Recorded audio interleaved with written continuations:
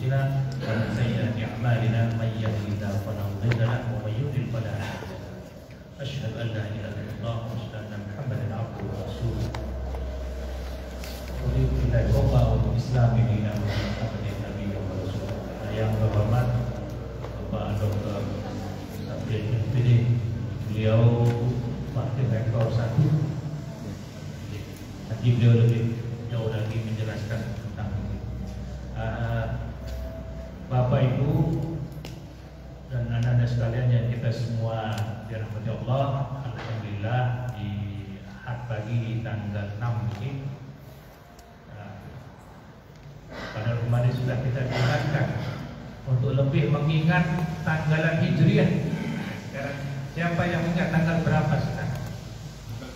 Tanggal 3 bulan?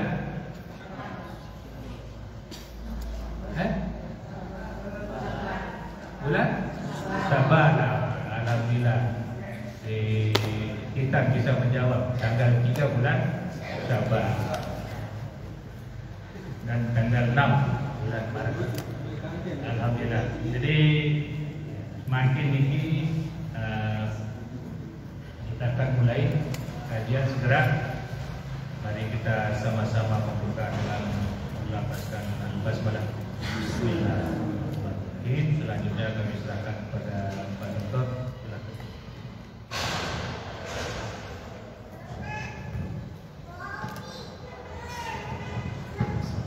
Assalamualaikum warahmatullahi wabarakatuh.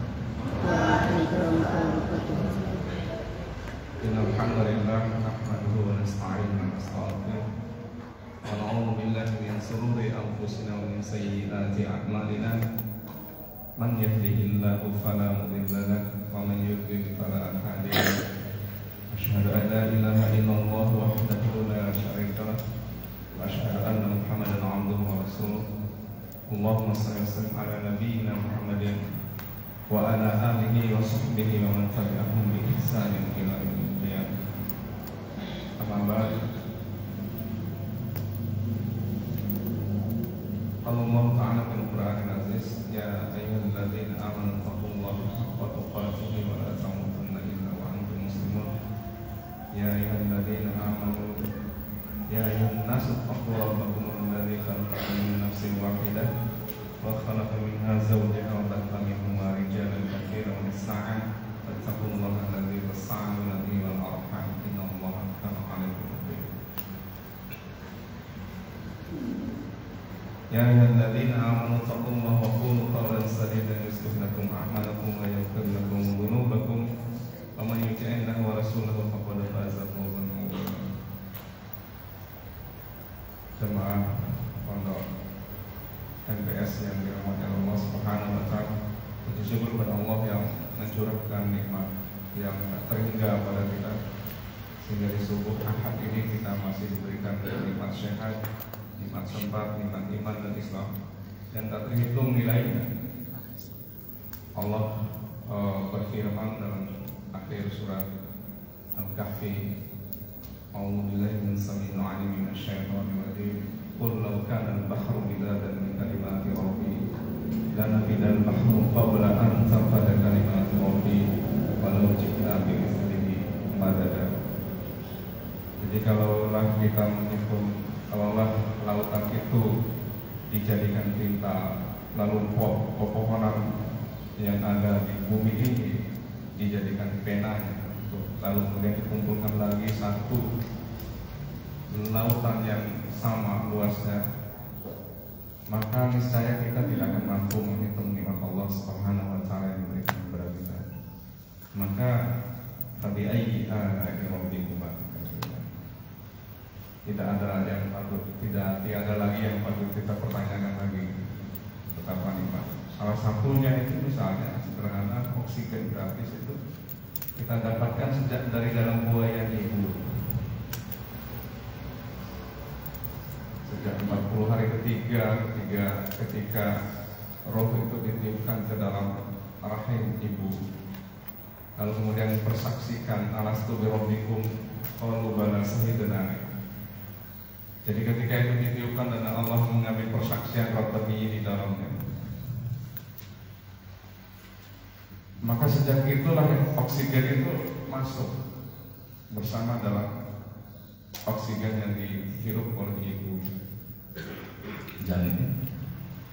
Dan itu gratis dari Allah.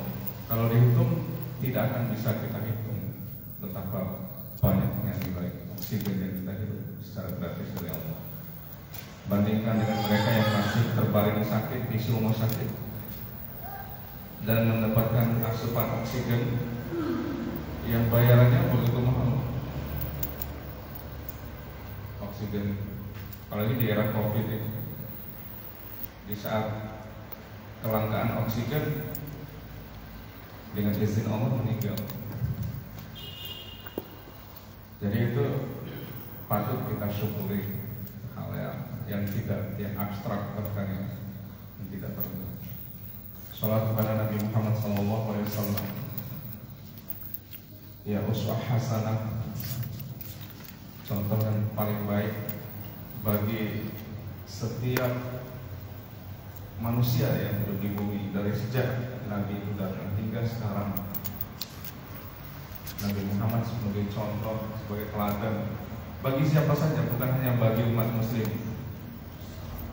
Karena Allah Subhanahu wa taala menyebutkan kama arsalnaka illa kafatan linnas, bukan lil mukminin. Jadi Allah Subhanahu wa taala menurunkan Nabi Muhammad SAW untuk sebagai rahmat bagi orang-orang, bagi manusia di bumi ini. Menjadi wajar kalau kemudian Michael Fahad dalam bukunya 100 orang yang paling berpengaruh di atas muka bumi, seorang orientalis, ya, seorang orang yang tidak memiliki agama, namanya Michael Fahad, bukunya 100 orang paling berpengaruh di atas muka bumi. Nomor 1 itu adalah Nabi Muhammad SAW. Bahkan banyak orang barat menulis tentang Nabi Muhammad SAW. Salah satu juga diantaranya adalah Karen Armstrong. Karen Armstrong itu adalah seorang orientalis juga. Dia itu bukan beragama Islam, tapi paham ilmu-ilmu tentang Islam. Menulis tentang hayatul Rasul, sejarah hidup Rasulullah SAW, biografi Rasulullah. Jadi dalam tulisannya itu ditulis dengan perspektif mereka, ya, dengan cara pandang orang-orang Barat. Lalu kemudian setelah orang-orang lain membaca, teman-temannya Karen Armstrong itu membaca tulisannya tentang kehidupan Rasulullah SAW. Lalu beberapa tokoh orientalis, pakar-pakar Barat, orang-orang profesor dari Barat itu, temannya Karen Armstrong ini, dia kemudian mengatakan bahwa apabila sosok Nabi Muhammad yang ditulis oleh Karen Armstrong ini hidup di zaman abad ke-20 ini, maka selesailah masalah di bumi ini. Jadi bahkan orang Barat, orang yang tidak memiliki agama, atau orang yang agamanya juga mendalam, ya, keyahudiannya, kenasraniannya itu, justru ketika membaca sejarah Rasulullah, sejarah hidup Rasulullah SAW, itu menaruh harapan pada hadirnya sosok Nabi Muhammad SAW di tengah hiruk pikuk kehidupan dunia yang tidak sampai pada ujung kebahagiaan itu. Jadi orang-orang Barat ini, tujuan mereka ini mendapatkan kebahagiaan hidup, maka mereka ciptakan ideologi baru, ideologi tatanan demokrasi dan sebagainya. Tapi tidak juga kunjung tercapai kebahagiaan itu. Lalu kemudian membaca sejarah Rasulullah SAW, mereka berharap munculnya sosok Nabi Muhammad di zaman yang penuh dengan hiruk-pikuk dunia ini. Maka apalagi kita mestinya sebagai umat Islam yang acap kali setiap hari kita bicara tentang Rasulullah SAW, kita membaca tentang kehidupan Rasulullah dan keluarganya. Mestinya kita sebagai muslim haruslah lebih kuat. Keteladanan itu dibangun atas dasar contoh dari Rasulullah SAW. Masyarakat muslimin, jamaah sholat Ahad, jamaah pengajian Ahad MTS yang dimuliakan oleh Allah Subhanahu wa taala. Saya kemarin dihubungi Pak Muhajir, kemarin sore ya, menjelang maghrib. Gitu.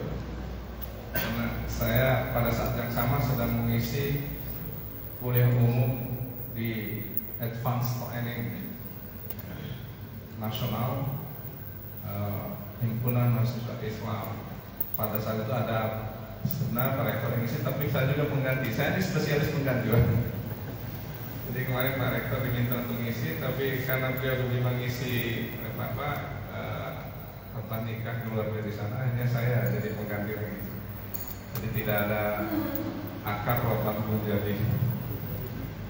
Jadi beri kuliah umum tentang permasalahan Barat dan Islam di pertemuan nasional se-Indonesia, mahasiswa se-Indonesia, mahasiswa Islam se-Indonesia. Setelah memberi materi, saya diminta lagi ngisi lagi malamnya, tapi saya bilang nggak bisa, itu udah cukup capek. Telepon Pak Muhajir, karena sudah banyak yang dihubungi nggak siap ya. Ya ada tanggung jawab sebagai keluarga persyarikatan, apalagi saya di persyarikatan di wakil ketua pimpinan wilayah Muhammadiyah, lalu wakil rektor satu, jadi memalukan kalau nggak bersedia. Saya berpikir kita pada subuh itu, pada pagi ini kita membahas tentang pedoman hidup Islam di keluarga Muhammadiyah. Mungkin sudah sering kita dengar PHIWM, pedoman hidup Islami warga Muhammadiyah. Mengapa ini penting, pedoman hidup Islami warga Muhammadiyah? Dan mengapa harus ada pedoman hidup Islami warga Muhammadiyah? Padahal sudah ada contoh kehidupan Rasulullah yang tertuang dalam hadis. Banyak hadis-hadis Rasulullah tentang kehidupan Rasulullah dalam keluarganya, kehidupan para sahabat dan keluarga-keluarganya. Mengapa mesti harus buat lagi sendiri? Muhammadiyah buat sendiri lagi pedoman hidup Islami warganya. Apa Muhammadiyah mau melawan Muhammad dan Muhammad dan sahabat? Jadi jangan mungkin akan muncul mungkin pikiran-pikiran seperti itu. Tapi begini, jemaah yang dimuliakan oleh Allah Subhanahu wa taala, di kehidupan yang sekarang, kehidupan yang sudah namanya era disruption, misalnya era ketidakmenentuan, era digital, era media sosial, era TikTok dan sebagainya ini, itu butuh tuntunan. Tentu TikTok itu tidak ada di zaman Rasulullah ya. Tidak ada WA di zaman Rasulullah, tidak ada chatting di era Rasulullah, tidak ada Facebook di era Rasulullah.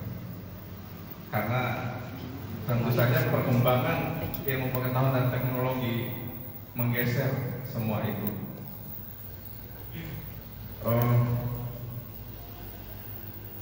Karena itulah maka Muhammadiyah memandang perlu dibuat suatu pedoman hidup bagi warga Muhammadiyah di era yang penuh ketidakmenentuan.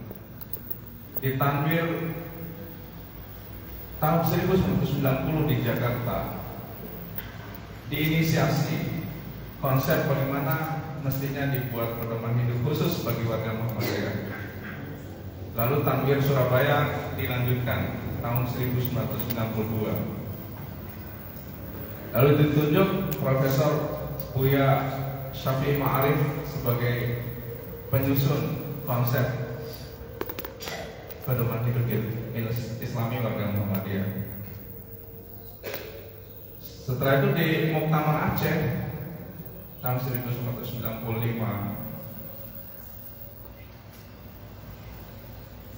tidak sampai pada tanfis. Sudah dibahas tentang Aceh tapi tidak selesai, ditunjuk tim. Salah satu di antara dikemandoi oleh Buya Syafi'i Ma'arif. Dalam perkembangan yang tahun-tahun berikutnya, penyusunan pedoman hidup Islami warga Muhammadiyah ini mengalami kendala. Pas di era reformasi 97-98 itu terkendala. Baru tahun 2002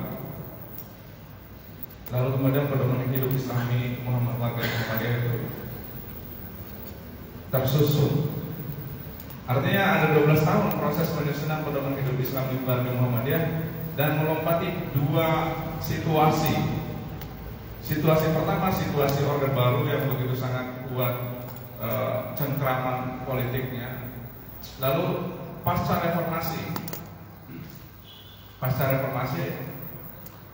kehidupan politik Muhammadiyah juga begitu sangat luar biasa di dalamnya, di dalam kehidupan, di dalam warga persyarikatan. Karena itu muncullah konsep pedoman hidup Islami warga Muhammadiyah itu. Hal landasannya apa sebenarnya landasannya? Landasan pertama yang membuat pentingnya pedoman hidup Islami warga Muhammadiyah itu, yakni sama seperti situasi di mana ketika matang keyakinan dan cita-cita hidup warga Muhammadiyah itu dibuat NKCHM pada tahun 1942 sampai 1951. Itu disusun oleh Ki Bagus Hadikusumo. Itu masalahnya apa? Masalahnya diketahui bahwa suasana kehidupan Islami warga Muhammadiyah itu sudah berkurang. Pengajian-pengajian itu tidak banyak di era tahun 1942, maka muncullah NKCHM. Begitu pula dengan pedoman hidup Islami warga Muhammadiyah itu. Di tahun 90 situasi giroh berislam warga Muhammadiyah dalam kehidupan sehari-hari itu berkurang. Justru kehidupan yang berwarna cenderung kepada dunia itu lebih dominan. Maka ada kecenderungan hubud dunia. Jadi kecintaan pada dunia yang lebih dominan. Keluarga Muhammadiyah juga begitu. Orientasinya sudah bergeser. Padahal dalam Al-Quran itu Allah Subhanahu wa Ta'ala berfirman, Zuyyina lin-nasi hubbus syahwati minan nisa wal banin wal qanatiril muqantarati minal dhahabi wal fiddati wal khaylil musawwamati wal an'ami wal hars dzalika mata'ul hayatid dunya wallahu indahu husnul ma'ab. Ayat selanjutnya, qul a'unabbi'ukum bi khairin min dzalikum lil ladzina taqaw inda rabbihim jannatun tajri min tahtiha al-anhar khalidina fiha wa azwajun mutahharatun wa ridwanun wallahu basyirun bil ibad. Jadi jelas sekali itu ayat bahwa godaan terbesar bagi manusia itu adalah perempuan, lalu anak-anak. Dia akan cenderung cinta pada perempuan, cinta berlebihan pada anak, cinta berlebihan pada harta kekayaan, baik berupa emas, perak, sawah ladang, kuda pilihan, wan hals, kuda pilihan. Ya sekarang mobil lah, mobil Ferrari, mobil apa ya? Karena dulu kuda, tapi kuda juga sekarang kan kuda perang itu harganya mahal. Kuda perang itu bisa miliaran, karena ketangkasan dan kekuatannya. Tapi itu masalah yang dihadapi oleh warga Muhammadiyah tahun 1990 sampai dengan tahun 2000 itu masih. Bahkan sekarang kondisi kita masih pengajian ahad pagi yang ada di Anilir itu sudah sangat miskin orang, miskin jemaah. Padahal ini kan Muhammadiyah ini kan gerakan dakwah, Harakatul Dakwah. Muhammadiyah ini kan gerakan dakwah, bukan organisasi dia. Bukan hanya sekadar organisasi, tapi dia harakatul dakwah, gerakan dakwah, gerakan. Dia bergerak, dia tidak diam, bergerak terus. Artinya pengajian itu harusnya terus hidup. Aktivitas-aktivitas dakwah itu harusnya terus. Amar ma'ruf nahi munkar. Karena kehidupan kemungkaran itu tidak akan pernah berhenti selama jin dan iblis di setan itu masih ada di atas muka bumi. Karena itulah tugas kita sebagai manusia itu tetap akan ada tugas amar ma'ruf nahi munkar itu tidak akan pernah berhenti sampai kita meninggal. Nah itu kan konsekuensi dari kita hidup di Muhammadiyah, harus menghidupkan dakwah amar ma'ruf nahi munkar berbasis pada Al-Quran dan Sunnah, tentu saja bukan dakwah yang asal-asalan, berbasis pada Al-Quran dan Sunnah. Nah, ada kecenderungan itu kehidupan manusia di Muhammadiyah yang sudah berkurang giroh pengajian. Lalu kemudian kehidupan yang materialistik, ya tadi yang juga disebut. Jadi orientasi hidup manusia yang cenderung pada fujur, cenderung pada fujur. Fa'alaha fujur, pada fahman zakah, pada fahman kesah. Ini juga menjadi penting bahwa di dalam diri kita manusia ini ada dua potensi fujur dan potensi takwa. Mana yang dominan? Apakah fujurnya atau takwanya? Kalau fujurnya lebih dominan, maka kita akan menilai segala sesuatu berdasarkan materi.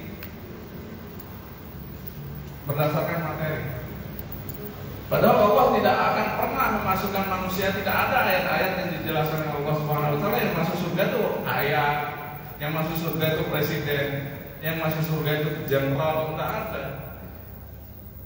Yang dicintai oleh Allah itu siapa? Yang dicintai oleh Allah itu orang yang bertakwa. Ya ayyuhan nas inna khalaqnakum min dzakari wa unsa wa ja'alnakum syu'uban wa qabaila lita'arafu inna akramakum indallahi atqakum innallaha alimun khabir. Jadi yang terbaik di sisi Allah itu adalah yang bertakwa.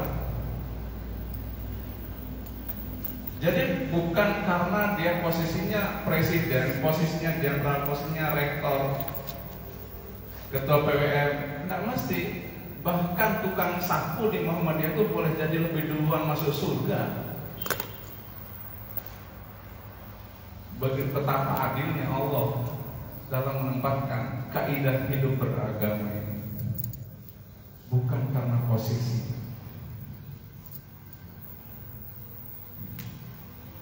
Saya kira banyak sekali hadis yang menjelaskan itu, riwayat menjelaskan bagaimana seorang yang hidupnya sederhana oleh Rasulullah SAW ketika datang ke masjid itu, lalu kemudian sahabat si fulan ini yang Rasulullah sebutkan telah datang ahli surga. Hari berikutnya datang lagi si fulan, Rasulullah sebutkan telah datang si ahli surga. Para sahabat tuh kaget, kok bisa? Ini maksudnya kenapa Rasulullah SAW menyebut ini ahli surga? Apa yang diperbuat oleh hamba Allah ini? Sehingga Rasulullah SAW selalu saja ketika datang sholat itu Rasulullah sebutkan telah datang seorang ahli surga. Lalu karena tingkat penasaran sahabat, lalu sahabat datang kepada jamaahnya, ke rumahnya, numpang hidup, numpang tinggal sebentar di situ. Dilihat setiap hari biasa saja aktivitasnya, tidak ada yang lain, tidak ada yang begitu luar biasa kan. Artinya sholat tahajudnya setiap malam tidak juga, sholat duha setiap pagi kan tidak juga, puasa Senin Kamis tidak juga. Kadang-kadang maksudnya, kadang-kadang dilaksanakan, kadang-kadang enggak. Tidak seperti yang di pikiran sahabat ini, sahabat yang dimaksudkan Rasulullah ahli surga ini, ibadahnya luar biasa. Sampai dia penasaran sahabat Rasulullah SAW, lalu kemudian bertanya, wahai hamba Allah, apa sih yang membuat Rasulullah menyatakan engkau sebagai ahli surga? Apa aktivitasnya yang tidak kami lakukan? Karena para sahabat itu, jemaah yang dirahmati oleh Allah, itu sangat kepingin disebut-sebut oleh Allah, disebut-sebut oleh Rasulullah SAW. Sangat kepingin, kok ini yang disebut oleh Rasulullah. Karena itu dia para sahabat itu kan giroh beribadahnya kan luar biasa, kepingin terus beribadah semaksimal mungkin. Jadi ini hamba Allah ini tidak menyesal, tidak ada apa-apa yang spesial dalam aktivitas saya.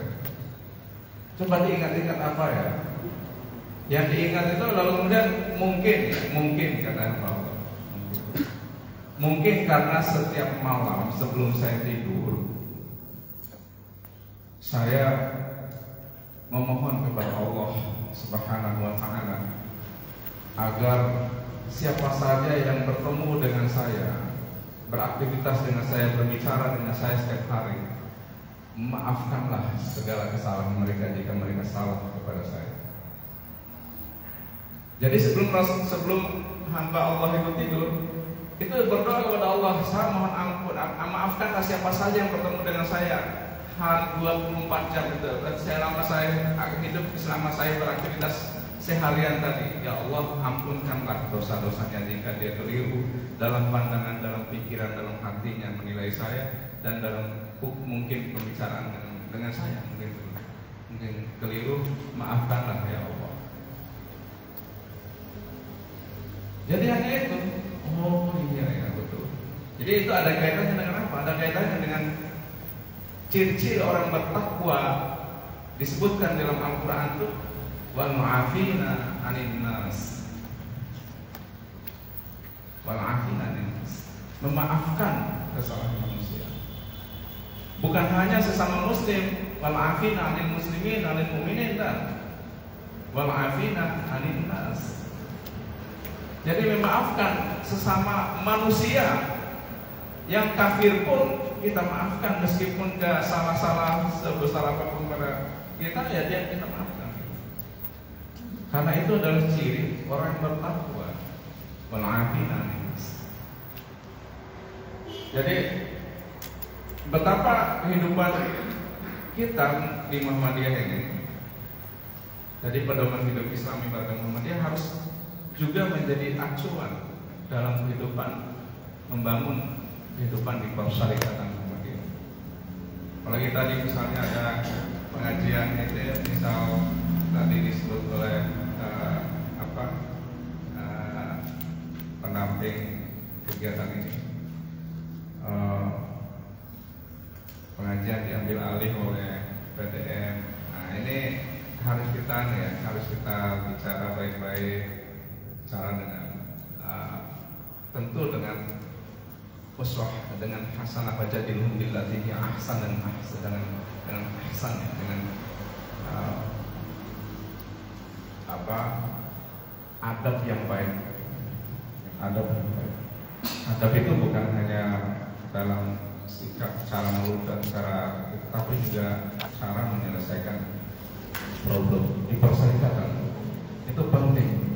Karena selalu ayat yang dipakai oleh Muhammadiyah itu salah satunya ketika berdakwah itu, ud'u ila sabili rabbika bil hikmah wal mau'izatil hasanah wajadilhum billati hiya ahsan. Selalu itu yang digunakan oleh Muhammadiyah. Makanya Muhammadiyah tidak berkonflik dalam berdakwah seharusnya. Dia berkonflik tapi tidak berkonflik karena caranya ya sudah, kita cara baik-baik bil hikmah al-mau'izatil hasanah. Jadi kembali ke dasar dari pentingnya pedoman hidup Islami bagi Muhammad, karena ada kecenderungan itu. Masalah berikutnya kecenderungan hidup duniawi atau materialisme duniawi, materialisme. Yang alasan ketiga perlunya pedoman hidup Islami warga Muhammadiyah itu, yakni adanya budaya transnasional yang masuk. ke dunia, ke Indonesia. Bahkan di dalam Persyarikatan Muhammadiyah ada banyak ideologi yang dari barat yang transfer masuk ke dalam warga persyarikatan. Nah, kita lihat ya, banyak warga persyarikatan bervariasi pikiran-pikirannya. Ada multikulturalisme istilahnya bahasa. Jadi multikulturalisme itu bukan hanya di Indonesia, tapi kultur barat itu masuk.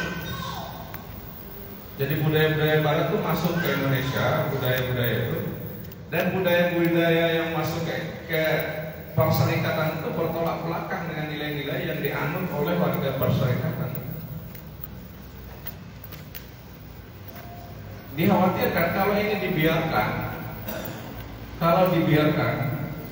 maka boleh jadi Muhammadiyah ini tidak akan lama eksisnya. Kalau dibiarkan, kalau tidak ada upaya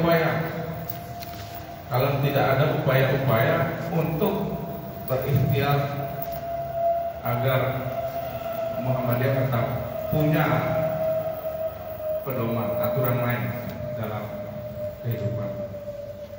Dalam kehidupan yang era media sosial sekarang ini, budaya itu masuk di kamar tidur, budaya baru, kamar tidur anak-anak, generasi sekarang itu berinteraksi langsung di kamar tidur.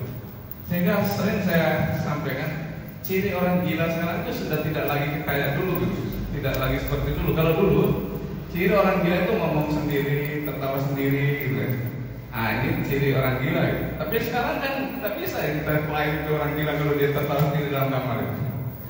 Ya, dia tertawa sendiri dalam kamar, ngomong sendiri dalam kamar. Itu sedang ngomong sama temannya, tapi temannya ada di mana? Di Jakarta, ada di Surabaya, di mana-mana. Kadang kan kita lihat ada orang yang bawa motor tertawa sendiri juga kan, karena dia sedang ngomong sama temannya pakai headset. Jadi tidak bisa kita klaim bahwa tertawa sendiri, panggil bawa ke RSD. Jadi betapa berubahnya tatanan kehidupan sosial sekarang. Nah, itu masuk dalam aktivitas sehari-hari kita. Kalau tidak ada ikhtiar kita untuk menjaga atau membentengi ideologi Muhammadiyah ini, maka Muhammadiyah bisa jadi tidak akan ada bedanya dengan warga yang lain, warga sekuler yang lain. Nah, disitulah pentingnya disusun konsep itu. Yang keempat itu adalah pragmatisme di kalangan masyarakat warga perserikatan. Jadi maunya cepat, mau cepat-cepat. Nah, untuk pelajar itu yang cepat-cepat itu kayak kejar nilai, ya. Mau dapat nilai tinggi. Karena dapat nilai tinggi ya nyontek saja. Nah, ini tidak benar. Ya, sudah. Pragmatisme di kalangan di kehidupan masyarakat. Nah, dalam kehidupan pelajar mau dapat nilai tinggi, ya dia nyontek. Itu kan ajaran yang bertolak belakang dengan nilai-nilai yang dianut oleh warga perserikatan. Karena di era zaman Rasulullah kan tidak ada semacam boarding school kayak gitu ya. Tidak ada sekolah-sekolah yang khusus yang dibuat secara formal. Ada pendidikan yang dibuat oleh Rasulullah SAW di tempatnya Al-Aqam, bin Abi Aqam. Jadi di situ dibina generasi muda yang akan mendampingi Rasulullah SAW dalam berdakwah. Tetapi tidak sekompleks sekarang ini.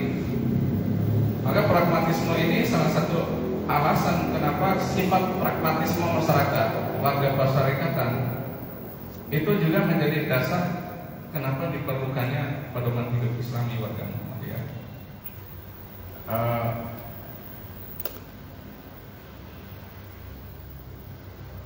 Nah, saya berharap atau saya mungkin ya bisa kita sharing, kita berbagi bahwa sesungguhnya bagaimana misalnya dirasakan oleh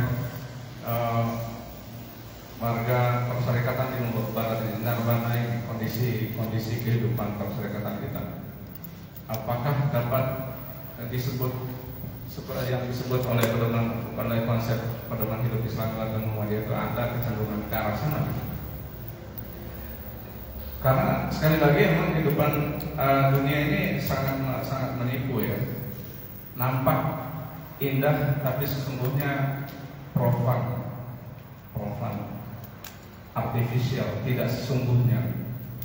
Nampak indah secara material tapi sesungguhnya tidak. Karena itu maka di dalam kehidupan kita kan kita yakini bahwa akhirat itu lebih baik daripada dunia. Wal akhiratu khairun laka minal ula wal akhiratu khairun wa abqa. Jadi jangan dianggap bahwa kita harus seimbang dunia akhirat. Seimbang dunia akhirat itu maksudnya apa? Jangan ditafsirkan seimbang dunia akhirat itu sekarang beribadah lalu kemudian keluar berbuat untuk dunia, mengabaikan Allah. Tidak seperti itu. Seimbang itu dunia akhirat itu dalam pengertian ketika mengejar kehidupan rezeki bertebaran di atas muka bumi ini untuk mendapatkan rezeki Allah, itu selalu juga dalam bimbingan Allah. Tidak bisa juga kita abaikan kehidupan dunia itu dengan keberadaan Allah, karena Allah Maha mengawasi. Jadi itu mungkin yang paling penting yang di era sekarang ini yang penting untuk kita tegaskan kembali keberadaan kita di dunia ini. Bahkan tujuan kita hidup di dunia ini adalah beribadah kepada Allah. Beribadah di mana saja, di kehidupan dunia kerja misalnya, kita berada di boarding school, kita berada di kantor-kantor, kita ada dalam pengawasan Allah. Kita harus selalu senantiasa merasa bahwa Allah mengawasi. Itu kan ketika malaikat Jibril bertanya kepada Rasulullah SAW, akhbirni anil ihsan, kabarkan kepadaku tentang apa itu ihsan. Rasulullah SAW menjawab, anta badallah ka'annaka tarah, fa'ilan takun tarah fa'innahu yarah. Jadi engkau beribadah seakan-akan melihat Allah, tapi jika engkau tidak mampu seakan-akan melihat Allah itu dalam beribadah, maka yakinlah Allah melihat kamu. Beribadah dalam pengertian luas, bukan hanya beribadah dalam pengertian sholat, zakat, puasa, haji, itu bukan hanya ibadah dalam pengertian ibadah lafzah. Ketika kita berinteraksi dengan manusia yang lain di luar itu kan juga dalam rangka beribadah. Hablum minan nas, beribadah secara horizontal dengan manusia. Karena itu ada kaidah-kaidahnya dalam beribadah hablum minan nas itu. Dan kita harus dalam koridor pengawasan Allah. Ihsan itu, kalau tidak begitu maka ihsan tidak ada di kita berarti. Harus kita pertanyakan diri kita itu. Ketika kita hendak melakukan perbuatan yang salah, maka kita harus yakini Allah melihat kita. Bayangkan kalau misalnya kita diumumkan bahwa kita itu di CCTV yang banyak sekarang CCTV ya. CCTV Allah itu jauh lebih hebat daripada CCTV manusia. CCTV Allah itu 24 jam per detik, bahkan kurang dari 0,0 sekian detik itu dalam pengawasan Allah. Maka Allah mengatakan tidak ada satu pun dedaunan yang jatuh di malam gelap gulita itu tanpa sepengetahuan Allah. Bayangkan, tidak ada satu pun dedaunan yang jatuh di atas muka bumi ini dalam keadaan malam gelap gulita yang tanpa sepengetahuan Allah. Apalagi kita, daun itu ada rumput yang paling kecil misalnya, jatuh berguguran di malam hari yang gelap gulita, Allah tahu. Apalagi kita mau melakukan dosa. Disitulah pentingnya mungkin masyarakat muslim yang dirahmati Allah, pada hidup Islami warga Muhammadiyah itu penting untuk kita tegaskan kembali bahwa kita warga persyarikatan punya acuan dalam menghadapi kehidupan yang begitu pelik di era sekarang ini. Yang mudah-mudahan ini harapan saya pribadi, saya ingatkan diri saya secara pribadi, dan kita sekalian mudah-mudahan kita tergolong oleh Allah Subhanahu wa taala sebagai hamba yang senantiasa taat patuh kepada Allah Subhanahu wa taala dan kepada Rasulullah sallallahu alaihi wasallam. Assalamualaikum warahmatullahi wabarakatuh.